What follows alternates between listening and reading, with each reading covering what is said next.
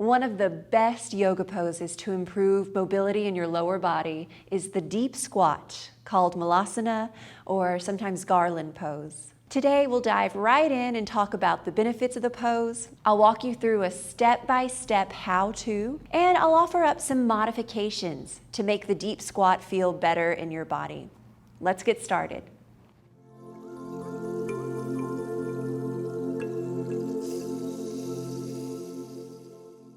Malasana, the deep squat, is just a very functional, beneficial movement for the body that some of us start to lose as we get a little older, when we become a little more inactive, we get stiffer, and we don't want to lose that movement, the squat.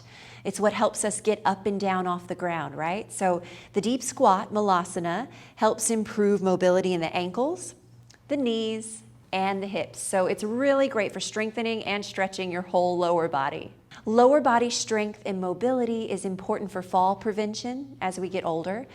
And your ability to get up and down from the floor with ease, ideally without using your hands, is a strong predictor of longevity. So all that said, let me show you how to do the deep squat.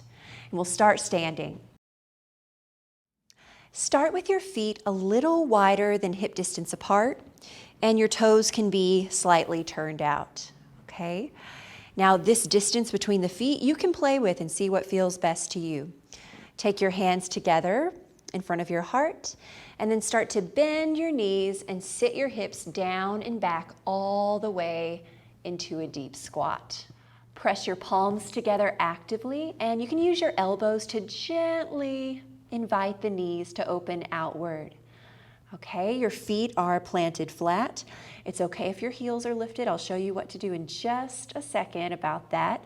We're going to lengthen the spine. The back of the neck is long, so we're avoiding rounding in and collapsing the shoulders forward. Once you're in the pose, see if you can release a little bit of tension from your low belly. Breathe deeply and softly for about 5 to 8 breaths or so. Now, it's really important to not push past any discomfort or pain in your knees, your hips, your back, wherever you might be feeling it.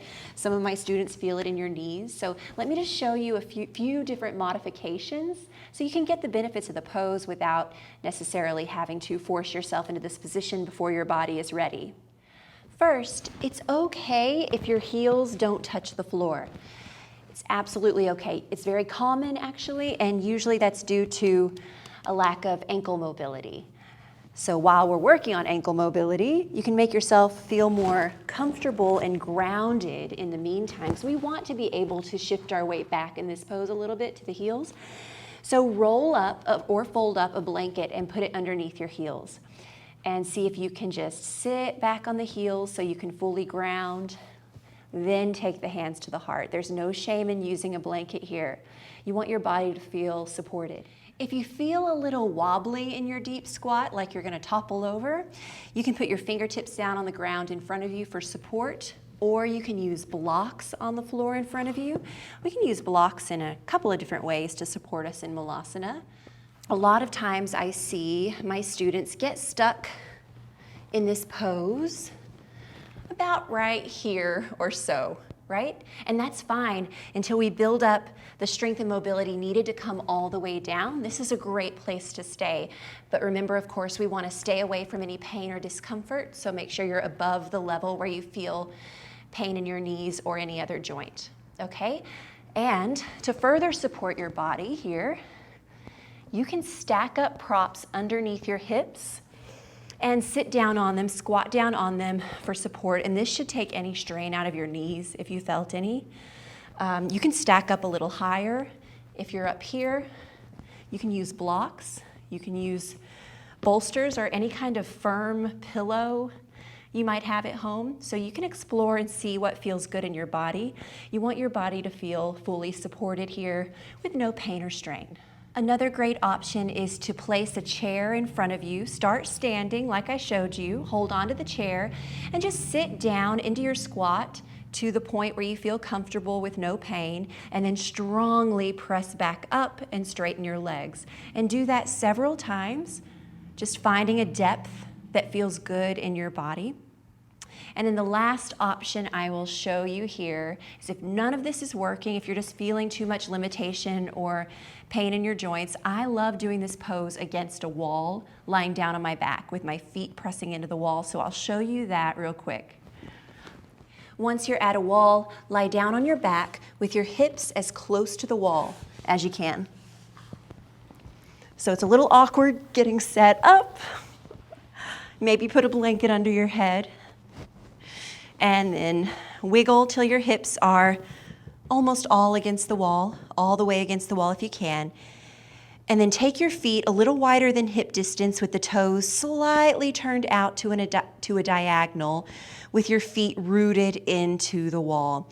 We're going to start here with simple motion, opening the knees outward with our hands as we breathe in and breathe out as the knees come back in. And just keep moving like that.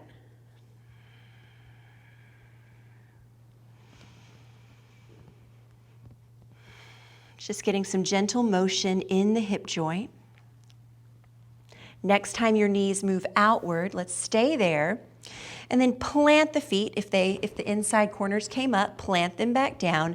Use your hands to gently open the knees outward. See how this feels in your body. And then maybe let your feet slide down towards the floor, towards your hips, a little more as you continue to gently press the knees away from one another. Let your shoulders be soft. Let your belly be soft as you breathe.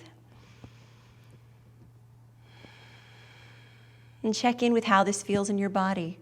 Make any adjustments that you'd like to make. And this is such a wonderful way of exploring the shape of the deep squat without putting all that pressure on our joints, so no weight bearing. And we want to eventually work up to weight bearing, but this is such a great way to open up the lower body in the meantime. So overall, don't be afraid to modify. If you take one thing away from this video, don't be afraid to modify. Listen to your body and find what feels good for you. Hi, Mikah here with Yoga with Mikah, and I am so happy you joined me today. If you're ready to get started doing yoga at home, I have just the thing for you that'll make it super easy to get started, and it's free. It's called the Yoga at Home Toolkit. It includes a downloadable guide to 10 yoga poses for better health, so you can print it out and put it right by your mat, use it for practice. And it also includes a daily yoga log so you can keep track of your home practice and record how you're feeling each day, record things you're learning, progress you notice. It's important to track our progress as we go along because it's going to help you stay motivated to keep going. So just head on over to youryogatoolkit.com, or the link is down in the description. Sign up, it's free. And I'll send you your yoga toolkit right away so you can start experiencing the many benefits of yoga in your life today. Thank you so much again for joining me today, and I will see you next time.